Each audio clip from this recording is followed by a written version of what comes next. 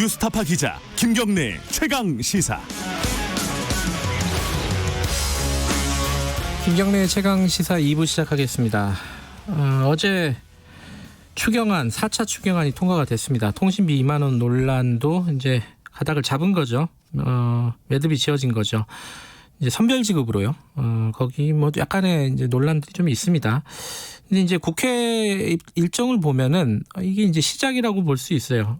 공정거래 3법 뭐 그리고 공수처법 여러 가지 공수처 이제 처장 임명이라든가 이런 부분들 여러 가지가 남아 있습니다.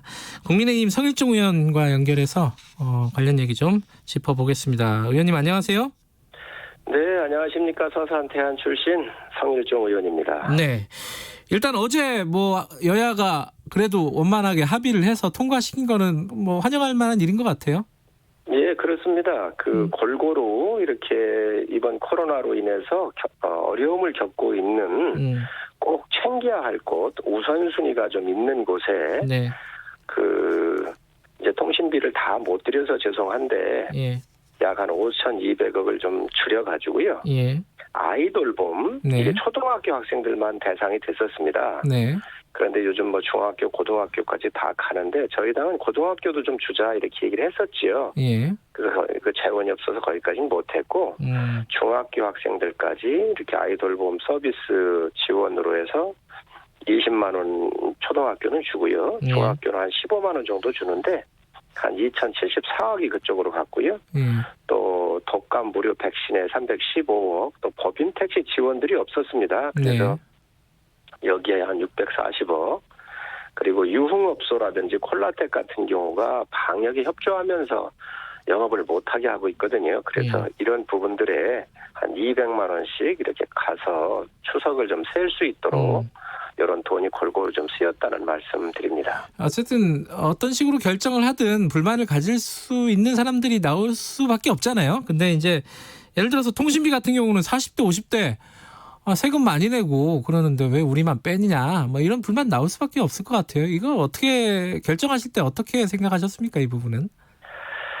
참 안타까운 일이지요. 이제 먼저 정부에서 국민께 드리는 작은 정성이시다 이렇게 얘기를 하셨는데 사실은 국가가 빚을 내서 미래 세대에 드리는 이게 빚더미거든요. 빚이거든요. 그래서 부담인데 이 부분 자체가 처음부터 저는 발상이 잘못됐다고 생각을 해요. 왜 그러냐면 돈이 없어서 통신비를 못 내는 이 정지되어 있는 사람들도 꽤 있으세요. 이거 파악도 안 했더라는 거지요. 정부가 이 부분을 주기로 하다가 보니까 우선 16세에서 35세 또 어르신들만 이렇게 내기로 하다가 보니 원래 이런 예산을 쓰지 않았었으면 기대감이 없었을 텐데 이 조정을 하다가 보니 아무래도 30대 후반에서 40대 50대 계신 분들이 이번에는 수혜를 못 받으셨습니다. 그래서 상당히 죄송스럽게 생각을 하고요. 그렇지만 국가가 이번 전액 다 국고에서 나온 게 아니라 채권을 발행해서 나오는 거기 때문에 그래도 우리가 좀 국민 전체적으로 어려운 것부터 먼저 우리가 신경을 쓰다가 보니 아마 수혜가 적게 된 겁니다. 좀 양해해 주시고 좀 힘든 분들에 대한 위로라 이렇게 생각해 주시면 좋을 것 같습니다. 룸사롱에 지원하는 거에 대한 반발도 일부 있는 것 같습니다. 이게 정서의 문제인데 룸사롱이 지금 코로나 방역 기간에 호황이다 뭐 이런 기사들도 있었잖아요. 이게 꼭 지원을 할 필요가 있었느냐 이런 지적들이 있는데 어떻게 보십니까? 이게 룸사롱이라고 보시긴 좀 그렇고요. 가서 이렇게 왜 카페 같은 데 있잖아요. 이러한 노래방 이런 곳이 포함된 거라고 보셔야지요. 그러니까 유흥업소에 이제 룸사롱이 들어가니까 아마 그런 얘기들이 나오는 거죠.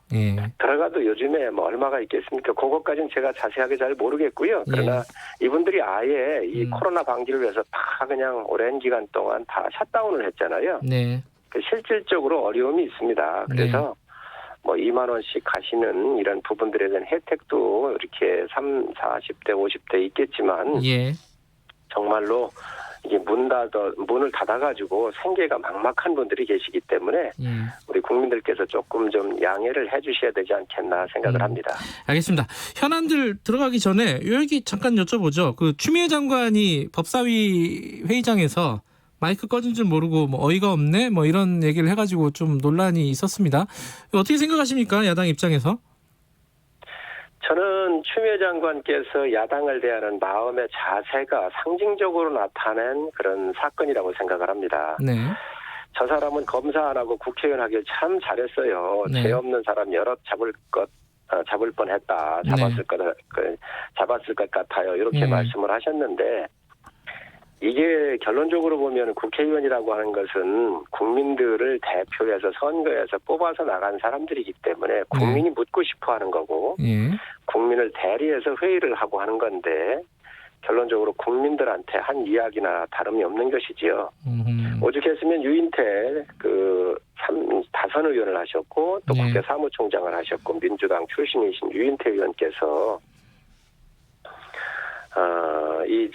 이 추장관 청문회부터 잘못됐다. 낮은 자세로 하지 않는다.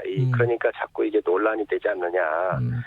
이런 오만과 독선에 대해서 이 국민들께서 상당히 좀 불만이시고 또 이렇게 추장관에 대한 질타가 이어지고 있는 것에 대해서 이렇게 말씀을 하셨습니다. 그래서 제가 볼 때는 굉장히 적절하지 않았다 이렇게 생각을 합니다.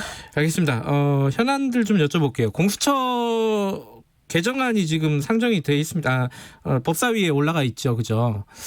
근데 이러면 이제 야당 추천권이 사실상 없어지는 상황이 생길 수도 있어요. 그래서 지금 김정인 위원장도 추천할 수 있다는 취지의 얘기를 했습니다. 지금 국민의힘에서는 이게 정리가 어떻게 되고 있습니까? 추천을 하는 겁니까? 그러게요. 악법을 자꾸 만들려고 그래요. 사실 패스트트랙을 할 때 저희 당은 반대를 해서 이걸 꼭 저지를 시켰어야 되는데 저지를 하지 못했습니다. 그 이유는 여러 가지 다 알고 계시겠지만 우리가 선거법을 수정을 하면서 고치면서 21대 선거할 때 그 혼란상을 다 보셨잖아요.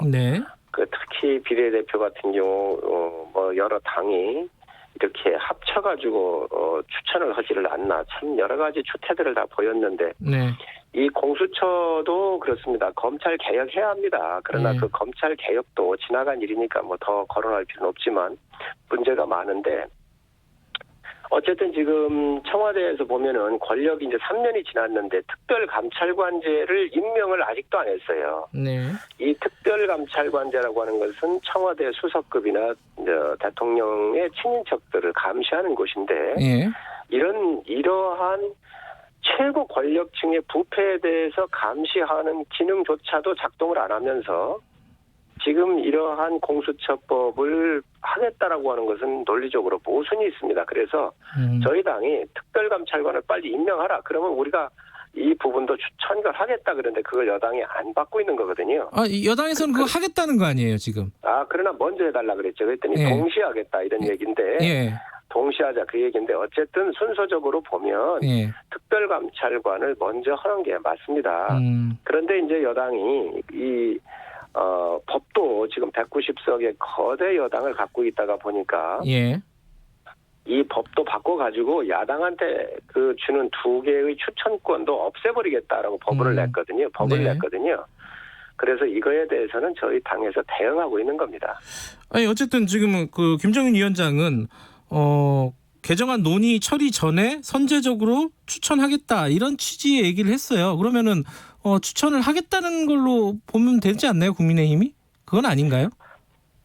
우선 여당이 법안을 지금 내가지고 하고 있는데 190석의 거대 여당 아닌가요? 첨예한 이익 앞에서는 여당한테 얘기를 들어본 적이 없습니다. 그냥 밀어붙이기 할 거예요. 그러니까 저희 같은 경우는 2명의 추천권을 저희 법으로 되어 있기 때문에 이거에 대해서 어떤 방법으로든 저는 대응을 해야 된다고 생각을 하고요.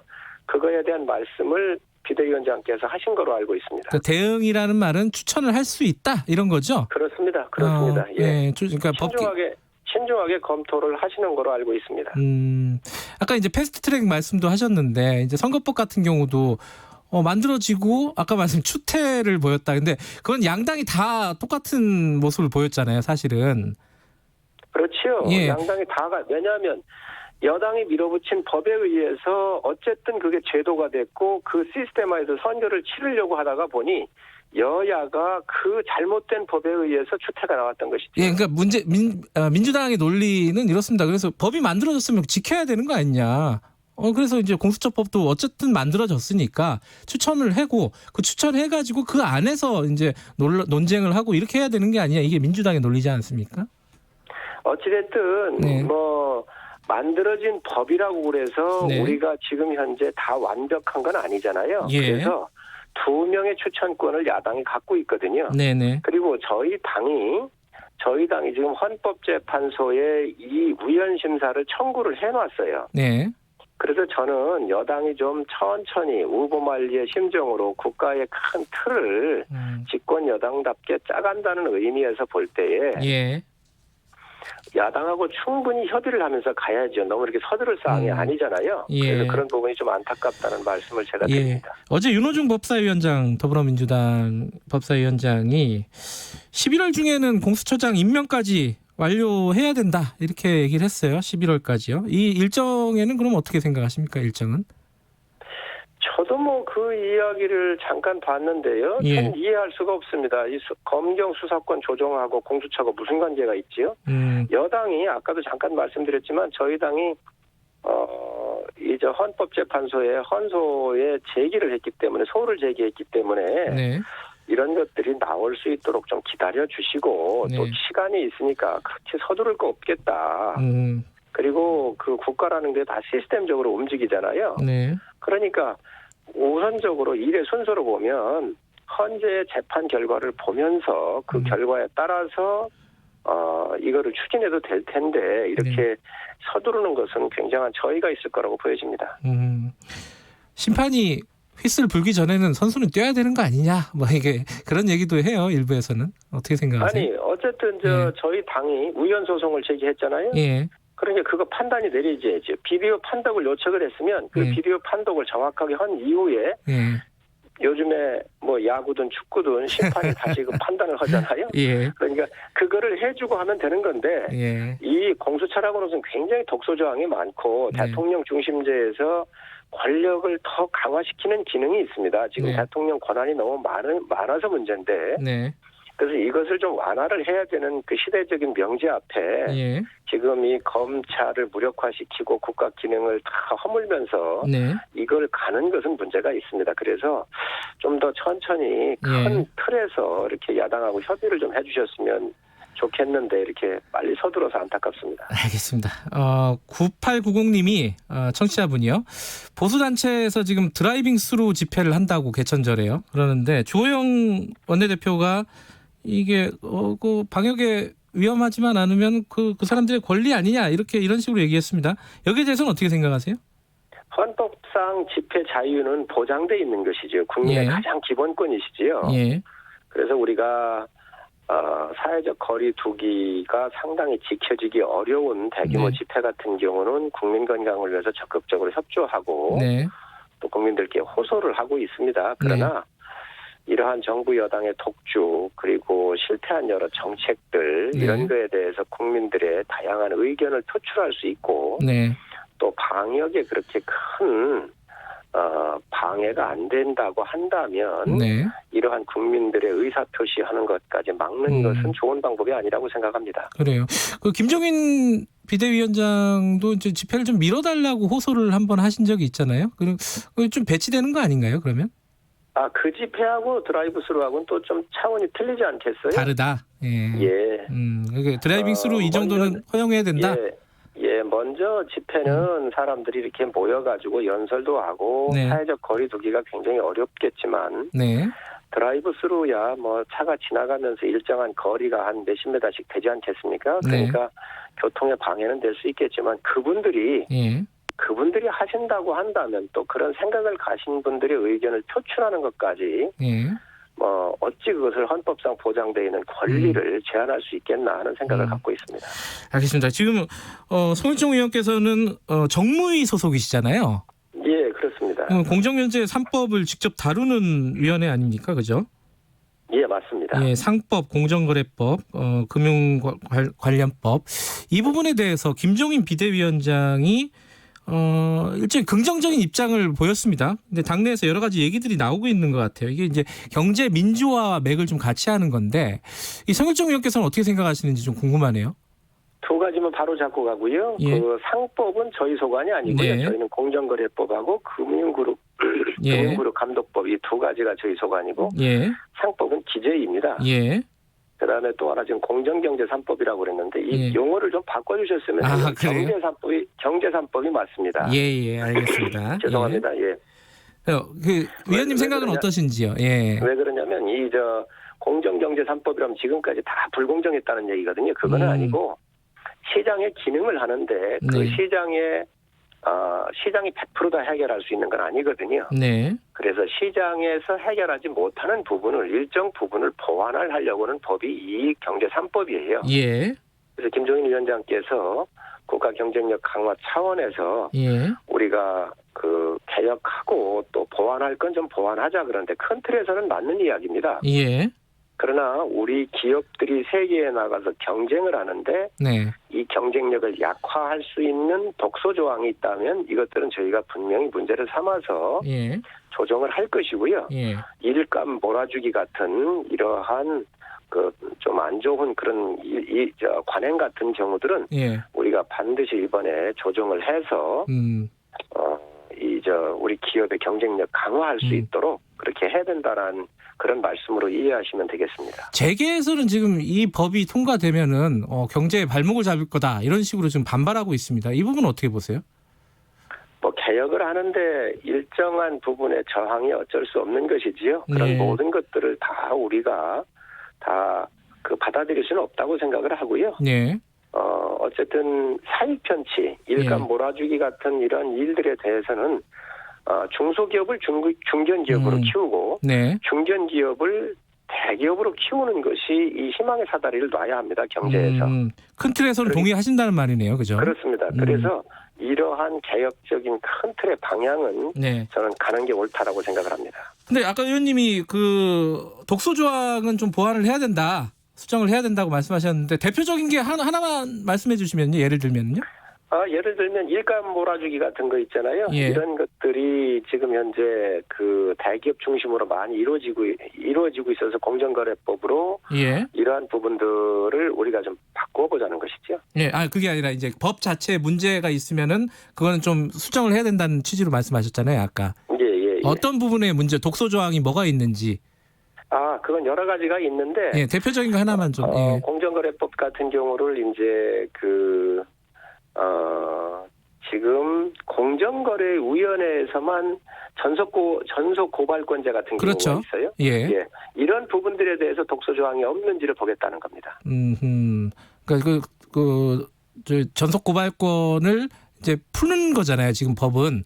예. 그런데 그게 풀어졌었을 때 예. 과연 어떤 게 유리한지 불리한지 또 기업의 그 옥죄일 수 있는 네. 더 그물망이 더 촘촘하게 더 옥죄갈 수 있는지 네. 이런 것들이 세계로 나가서 경쟁을 할 때에 네. 우리 기업들한테 허들이 되지 않는지 이런 예. 부분들은 저희가 좀 세밀하게 볼 필요가 있다라고 생각을 합니다. 마지막으로 하나만 여쭤보겠습니다. 박덕흠 의원 논란, 이해충돌 논란인데 이 부분 좀 시끄럽습니다. 이 당이 진상조사위를 꾸리기도 했고요. 어떻게 처리를 해야 된다고 보십니까?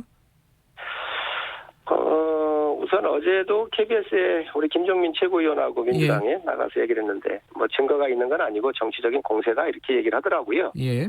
저는 정치적인 공세할 수 있다고 생각을 합니다. 예. 왜 그러냐면 이런 부분에 있어서는 정치적인 판단을 했었어야 되고요. 예. 또 본인께서 박덕흠 의원께서 건설회사를 하고 계시기 때문에 네. 이해 충돌에 관련되는 이런 부서에는 가능하면 안 가는 게 맞았다라고 생각을 합니다. 네. 그래서 그에 대한 정치적인 책임이나 도덕적 책임은 분명히 져야 한다고 생각을 하고 있고요. 예. 또 제가 한번 여쭤봤어요. 그랬더니 이 수주를 하는데 교육부로 가도 수주를 하고 국방일 가도 수주를 한다. 예. 모든 곳이 다 이해 충돌과 관련된다. 이 어려움을 해소도 하시던데 예. 어찌됐든 그래도 그 주무부서인 그 국토부에 배속돼서 있었던 것은 문제가 있다 이렇게 보고 요 부분은 본인께서 또 많은 판단을 하실 것으로 저는 생각을 하고 있습니다. 제명 요구를 하잖아요. 그 여당에서는 거기까지 갈 사안이라고 보십니까? 이제 우리가 우리가 보면은 윤미향 사건 같은 경우는 참 뭐 국민들께서 끔찍한 사건이라고 다 알고 계시고요. 네. 그다음에 김홍걸 사건 또 이상직 의원 사건에 비하면 뭐 같이 형평성을 논하는 건 아니지만 이 사건하고는 좀 틀린 문제지요. 그래서 제명이 됐든 뭐가 됐든 우리 당이 민주당에 요구했던 도덕적 기준들이 있기 때문에 네. 그런 것들을 준해서 저희 예. 당도 엄중하게 봐야 한다고 생각을 합니다. 알겠습니다. 어떤 식이든지 정치적인 책임을 져야 된다는 말씀이시네요. 그죠? 예, 그렇습니다. 알겠습니다. 고맙습니다. 네, 감사합니다. 국민의힘 성일종 의원이었습니다.